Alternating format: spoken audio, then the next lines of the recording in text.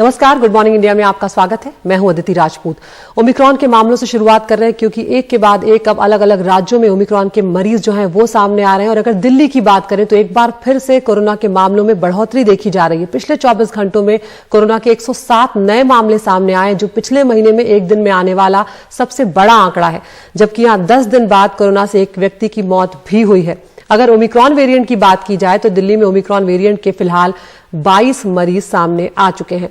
इसके अलावा दिल्ली में आज डिजास्टर मैनेजमेंट अथॉरिटी की बैठक बुलाई गई है। इस बैठक में ओमिक्रॉन के बढ़ते मामलों और कोरोना की जो मौजूदा स्थिति है उसकी समीक्षा की जाएगी। उपराज्यपाल की अध्यक्षता में यह बैठक होगी वीडियो कॉन्फ्रेंसिंग के जरिए। इस बैठक में मुख्यमंत्री अरविंद केजरीवाल, स्वास्थ्य मंत्री सत्येंद्र जैन, सरकार की ओर से बनाई गई कोविड टास्क फोर्स के प्रमुख डॉक्टर वीके पॉल सहित दिल्ली सरकार के स्वास्थ्य विभाग के सभी महत्वपूर्ण अधिकारी मौजूद रहेंगे।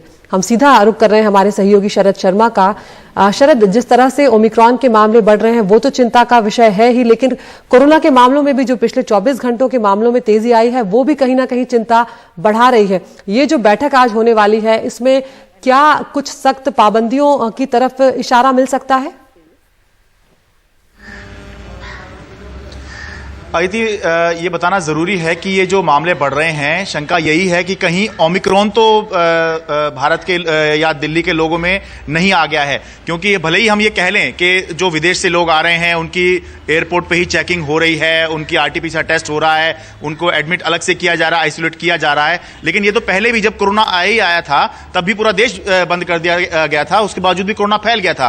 तो शंका यही जताई जा रही है कि कहीं ओमिक्रॉन जो है तमाम सावधानियों के बावजूद कहीं आम लोगों के बीच में फैल तो नहीं रहा है, जिसकी वजह से 6 महीने में सबसे ज्यादा केस जो हैं वो सामने आ रहे हैं। जहां तक बात है कि आज बैठक में क्या हो सकता है, तो चर्चा इस बात पर है कि कुछ पाबंदियां अब जो है लगानी पड़ सकती हैं दिल्ली में। जो पिछले दिनों में सारी पाबंदी हटा ली गई थी हालात को देखते हुए, लेकिन पाबंदियां जैसे कि नया साल आ रहा है, क्या नए साल पर जश्न मनाने की इजाजत होगी? पिछले साल जश्न मनाने की इजाजत नहीं दी गई थी।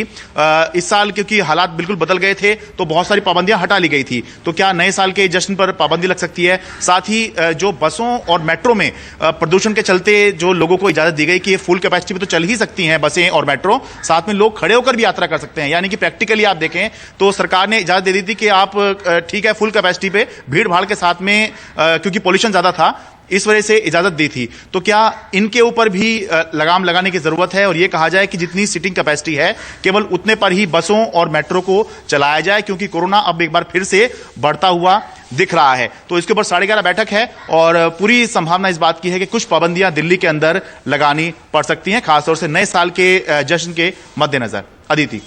बिल्कुल शरद, यहाँ पर इस बैठक पे जो भी लोग कोरोना पे नजर बनाए हुए हैं वो रहेंगे। हम जानते हैं डॉक्टर वीके पॉल ने हाल ही में कहा था कि जो मामले हैं अगर स्थिति बिगड़ती है तो लाखों मामले जो हैं वो रोज आ सकते हैं। इसके अलावा एक जो नई स्टडी हमने देखा सामने आई है जिसमें सुपर मॉडल जो कमेटी है उसने ये कहा है कि तीसरी लहर जो है वो दूसरी लहर से कम खतरनाक होगी, लेकिन नए साल की शुरुआत में ओमिक्रॉन की वजह से तीसरी लहर आ सकती है और फरवरी तक उसका पीक भी देखने को मिलेगा। इस सब के मद्देनजर दिल्ली की स्थिति जो है शरद, हम देख चुके हैं किस तरह का कहर हमने झेला है।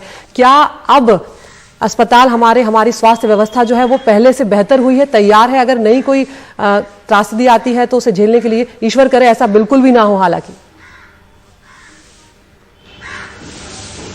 देखिए, ये बातें तो हम हमेशा ही करते हैं कि क्या हमारा देश तैयार है, क्या दिल्ली तैयार है, और सरकार अपनी तरफ से दावा भी करती है कि हाँ हम तैयार हैं, लेकिन वो किस लेवल तक तैयारी हो पाती है ये देखने वाली बात होती है, और किस लेवल पर ये जो कोरोना है ये फैलता है। क्योंकि हमने जब पहली वेव आई थी उसमें देखा था बहुत ज्यादा अस्पतालों की जरूरत नहीं पड़ी और दिल्ली में बहुत ज्यादा स्थिति खराब नहीं हुई थी, लेकिन जब दूसरी वेव आई तो हालत ये हो गई कि ना ऑक्सीजन मिल रही थी, ना हॉस्पिटल में बेड मिल रहा था, ना दवाइयां मिल रही थी, सारी चीज मार्केट से गायब हो गई थी। तो निर्भर इस बात पे करता है कि ये जो कोरोना है या जो ये वेरिएंट है ये किस लेवल पे फैलता है और किस लेवल पे जो इस बीमारी की गंभीरता है वो दिखाई देती है। अभी तक अच्छी बात यह है कि जो भी दिल्ली के अंदर जो हमने रिपोर्ट किया है उसमें यह बताया जा रहा है कि ज्यादातर लोगों में कोई खास दिक्कत नहीं है और बहुत से लोग तो ऐसे हैं जिनमें लक्षण भी नहीं है। तो ये एक अच्छी बात इसमें जरूर है बताने वाली कि ये चिंता की बात नहीं है, लेकिन अगर फैलेगा तो इसका स्वरूप आगे क्या होगा ये अभी तक जो है पुख्ता तौर पर नहीं कहा गया। अभी तक जो रिपोर्ट हुआ है वो ये है कि बहुत ज्यादा गंभीर जो है ये नहीं दिखाई दे रहा है। बिल्कुल, और कई जगहों पर मरीजों को छुट्टी भी मिल गई है। बहुत शुक्रिया शरद इस तमाम जानकारी के लिए।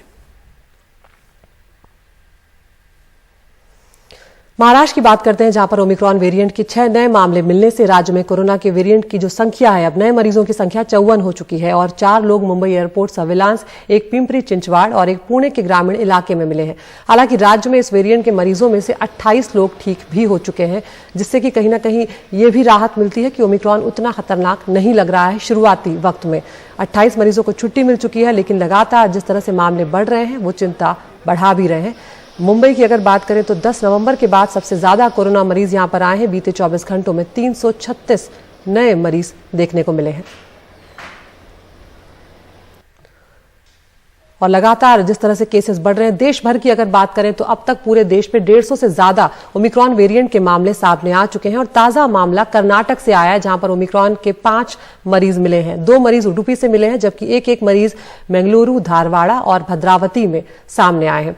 जहां के दूसरे देशों की अगर बात करें हम, तो वहां पर स्थिति बहुत ज्यादा खराब है। उसके हिसाब से हमारे देश में स्थिति कुछ अभी तक बेहतर लग रही है। राज्यों का मामला है तो सबसे ज्यादा महाराष्ट्र में 54 केस, दिल्ली में 22, तेलंगाना में 20 और कर्नाटक में 19 मामले हैं। इसके अलावा राजस्थान, गुजरात, केरल, आंध्र प्रदेश, तमिलनाडु, पश्चिम बंगाल में ओमिक्रॉन के मरीजों की पुष्टि हो चुकी है। कर्नाटक के बंतवाल और मंगलुरु जिले में शिक्षण संस्थानों में कोरोना क्लस्टर मिले हैं। यहाँ 4 छात्र जिनकी उम्र 18 साल से कम है, ओमिक्रॉन वेरिएंट से पीड़ित हैं। वहीं वैक्सीन ले चुके एक छात्र में भी ओमिक्रॉन की पुष्टि हुई है। बंतवाल के कॉलेज में 16 पॉजिटिव आए हैं, जिनमें 4 ओमिक्रॉन के मरीज हैं। वहीं बेंगलुरु के कॉलेज में 19 पॉजिटिव, जिनमें से 1 में ओमिक्रॉन की पुष्टि हुई है। एनडीटीवी से बात करते हुए कर्नाटक के हेल्थ कमिश्नर ने कहा है कि हालात चिंताजनक नहीं है और शिक्षण संस्थानों को बंद करने की जरूरत नहीं पड़ेगी। By and large, we have had asymptomatics or very ज्यादातर मरीजों में कोई लक्षण नहीं है। जो ओमिक्रॉन से पीड़ित हैं, उनकी संख्या बहुत कम है। चिंता की फिलहाल कोई बात नहीं है। पहले भी शिक्षण संस्थान में क्लस्टर मिले हैं। हम हालात पर नजर रखे हुए हैं। Not many again are UK से लौटे जिस व्यक्ति और एक छात्र जिनमें ओमिक्रॉन वेरिएंट मिला है, वो वैक्सीन के दोनों डोज ले चुके हैं। बाकी 4 छात्रों की उम्र 18 साल से कम है। We should really look at इस उम्र के छात्रों को भी वैक्सीन देना चाहिए। पहले और दूसरी लहर के वक्त हमने स्कूल को बंद कर बच्चों से दूसरे लोगों में कोरोना फैलने से रोका था, लेकिन अब बच्चों को टीका देने पर सोचना चाहिए। because we had closed down this. Omicron के मरीजों की बढ़ती तादाद देखकर सरकार कोरोना को फैलने से रोकने के लिए क्रिसमस और न्यू ईयर से पहले गाइडलाइंस जारी कर सकती है। श्रीजा MS की रिपोर्ट, एनडीटीवी इंडिया। गृह मंत्री अमित शाह ने कल पुणे में महाराष्ट्र सरकार पर जमकर निशाना साधा। उद्धव सरकार को उन्होंने पंचर पहियों वाला ऑटो बताते हुए कहा कि ये ऑटो चलता नहीं है, सिर्फ प्रदूषण करता है। शाह ने कहा कि महाविकास अघाड़ी सरकार 3 टायर वाला स्कूटर है, जिसके सभी पहिए अलग अलग दिशा में जा रहे हैं। बीजेपी कार्यकर्ताओं को संबोधित करते हुए अमित शाह ने कहा कि इस सरकार में कांग्रेस एक डीलर, शिवसेना एक ब्रोकर और एनसीपी तबादलों से जुड़ी हुई है। अमित शाह ने शिवसेना पर सत्ता के लिए हिंदुत्व से समझौता करने और बीजेपी को धोखा देने का भी आरोप लगाया। मैं कुछ समय पहले आया था, तब मैंने कहा था कि महाराष्ट्र की अघाड़ी सरकार इस प्रकार की सरकार है जो 3 पहिए वाली ऑटो रिक्शा है, जिसके तीनों पहिए अलग अलग दिशा में जा रहे हैं। मगर मेरी थोड़ी गलती हो गई। मैंने बहुत ऑप्टिमिस्टिकली इस सरकार के लिए सोच लिया। आज मैं इसमें थोड़ा सुधार करना चाहता हूं। महाराष्ट्र की अघाड़ी सरकार 3 पहिए वाली ऑटो रिक्शा है, जिसके तीनों पहिए अलग अलग दिशा में है और तीनों पहिए पंक्चर है, जो चलती ही नहीं, सिर्फ धुआं बाहर निकालती और प्रदूषण बढ़ाती है। और यूपी में बीजेपी पहले ही नारा दे चुकी है कि अयोध्या काशी बाकी है और अब मथुरा की बारी है। और वहीं मथुरा की जो सांसद हैं हेमा मालिनी, उन्होंने उम्मीद जताई है कि अयोध्या काशी के बाद अब उनके निर्वाचन क्षेत्र में मथुरा में भव्य कृष्ण मंदिर बनाया जाए। इंदौर में कल वो मीडिया से बात कर रही थी। हेमा मालिनी ने कहा कि मथुरा के मंदिर को भी काशी की तरह भव्य कॉरिडोर में बदला जाए। नेचुरली मथुरा के भी बहुत ही जरूरी है, उसका भी बनता है। आज तक जो नहीं हुआ है, काफी काम हुआ है। और कृष्ण तो प्रेम और स्नेह का प्रतीक है।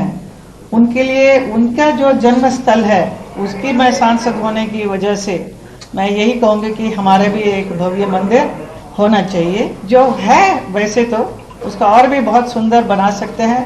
और जैसा काशी में मोदी जी ने विश्वनाथ मंदिर के सामने इतना अच्छा कॉरिडोर बनाया है, ऐसा एक परिवर्तन लाया जो बहुत मुश्किल था। पिछले कई सालों से किसी ने सोचा भी नहीं था कि ऐसा करना चाहिए। जो उनका एक बहुत अच्छा एक दिव्य दृष्टि है, दूरदृष्टि है, और वो उसके हिसाब से उन्होंने किया है। तो मथुरा में भी ऐसा जरूर होगा।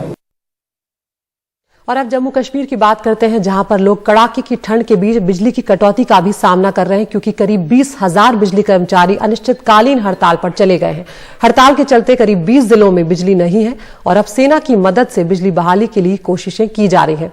वहीं ITI कॉलेज के इलेक्ट्रिक इंजीनियरिंग के फाइनल ईयर के छात्रों से भी संपर्क किया जा रहा है। उनसे जरूरी सेवा के तहत काम पर लगाए जाने की बात की गई है। दरअसल घाटी के बिजली कर्मचारी निजीकरण का आरोप लगाकर शुक्रवार से हड़ताल पर चले गए हैं और आधी रात से शुक्रवार के लोग हड़ताल पर हैं और इन्होंने अब फैसला किया है कि जब तक उनकी मांगे नहीं मानी जाती तब तक मरम्मत और रखरखाव से जुड़े काम वो नहीं करेंगे। और ये तस्वीरें आप देख रहे हैं जब सेना को बुलाया गया और सेना के जो अधिकारी हैं या जो जवान हैं वो यहाँ पर बिजली बहाली में मदद कर रहे हैं। सर, आपसे ये पूछना है कि जो आर्मी को रिक्रूटमेंट किया है आपने, इसके बारे में थोड़ा ब्रीफ करेंगे?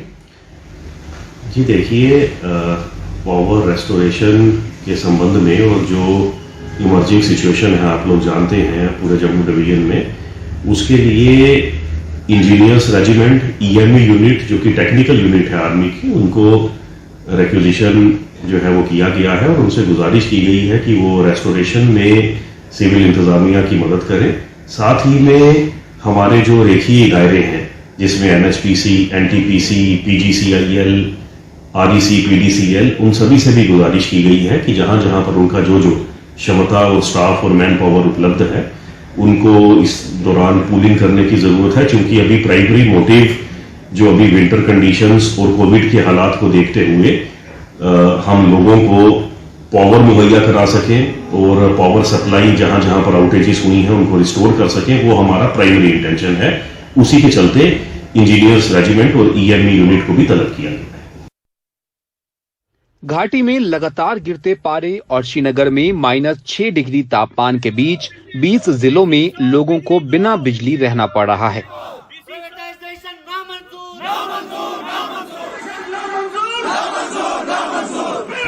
निजीकरण का आरोप लगाते हुए बिजली विभाग के 20,000 कर्मचारी अनिश्चितकालीन हड़ताल पर हैं।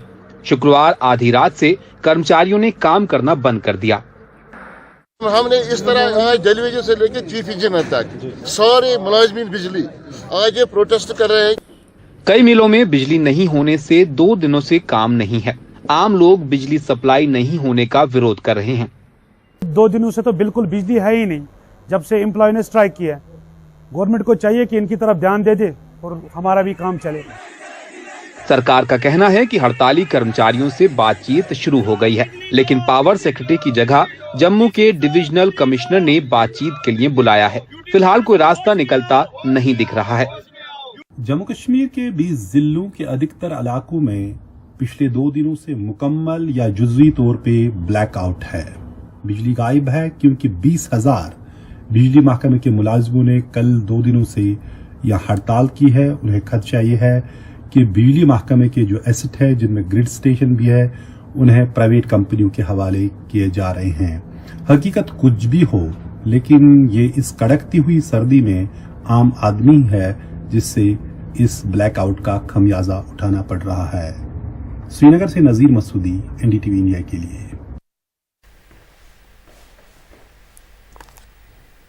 और देश प्रदेश में बात करते हैं पंजाब की, जहां पर 24 घंटे के अंदर बेअदबी की 2 घटनाएं हुई हैं। परसों रात स्वर्ण मंदिर में बेअदबी की कोशिश की गई, जिसके बाद भीड़ की पिटाई में उस व्यक्ति की मौत भी हो गई।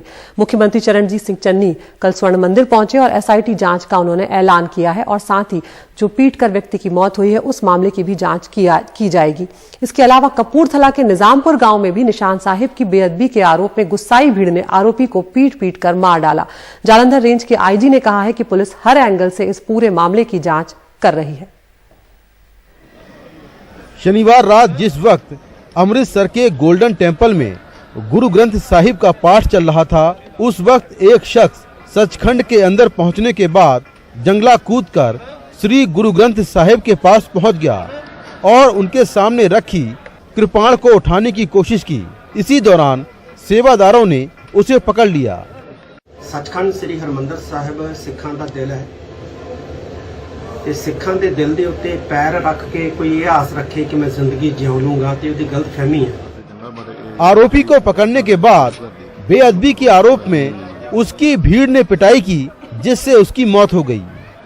एक लड़का जो कोई मेरे ख्याल कोई 24-25 साल का होगा और वो दरबार साहब अंदर जिथे आप मत्था टेक रहे हैं उतों अंदर जंगला टप के अंदर चल गया और जंगला टप के अंदर जाके जो महाराज दा श्री साहब उन्होंने चुक के और जो उन्होंने चुकया तो इमीडिएटली साडे जिहड़े अंदर सिंह सीगे उन्होंने उन्होंने फड़ के काबू किया। दिल्ली के मुख्यमंत्री अरविंद केजरीवाल से लेकर कई नेताओं ने इस घटना की निंदा की और इसके पीछे साजिश की बात कही। पंजाब के मुख्यमंत्री ने इस घटना की SIT जांच के आदेश दे दिए हैं। कोई भी इस तरह की घटना करने लई जे कोई माड़े मनसूबे नाल आया है तो साडियां इंटैलीजेंसियां उन्हां नूं कोशिश करेगी नब करन, उन्हां नूं फड़न ते जे कोई इस तरह का संगत दे ध्यान विच भी आउंदा वो भी ध्यान रखे। इसी बीच एक दूसरी घटना में कपूरथला के निजामपुर गांव में निशान साहिब की बेअदबी के आरोप में गुस्साई भीड़ ने आरोपी को पीट कर मार डाला।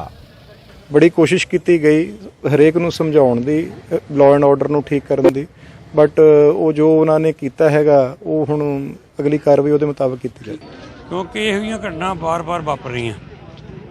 राती ही कल ही सचखंड श्री हरमंदर साहिब विखे घटना वापरी और इस तरह ही परसों चौथ दरबार साहब गुटका साहब की बेअदबी की गई, सरोवर सटिया गया। 2015 से गुरु ग्रंथ साहिब की बेअदबी की 10 घटनाएं हो चुकी हैं। हाल ही में सिंगू बॉर्डर पर एक शख्स की बेअदबी के आरोप में पीट कर हत्या कर दी गई। 2 दिन पहले वहां पे दरबार साहब के अंदर ही इसी जगह पे गुटके साहिब सरोवर में फेंके गए। पंजाब पुलिस को पता है, अब उनको ये तो समझ में आ गया कि कुछ शरारत चल रही है, उसके बावजूद ये सब कुछ हो जाए तो ये तो बहुत बड़ा फेलियर है। अनबेरेबल है ये, हुण कौम सहार नहीं सकती एडी वड्डी बेइज्जती, एडी बेअदबी और ये बड़ी कोई वड्डी साजिश हो सकती है तो ये साजिश नूं बेनकाब करना बहुत जरूरी है। दोनों मामलों में मृतकों की पहचान अब तक नहीं हो पाई है। इन घटनाओं को देखते हुए पंजाब में गुरुद्वारों की सुरक्षा बढ़ा दी गई है। बेअदबी की दोनों घटनाओं की जांच के लिए पंजाब सरकार ने एक SIT बना दी है। अब SIT की जांच से साफ होगा कि आखिर इन घटनाओं के पीछे साजिश क्या है। लेकिन पंजाब चुनाव के ठीक पहले ये दोनों घटनाएं कई तरह के सवाल खड़े करती हैं। पंजाब से अपने सहयोगी मोहम्मद गजाली के साथ दिल्ली से मैं मुकेश सिंह, NDTV इंडिया।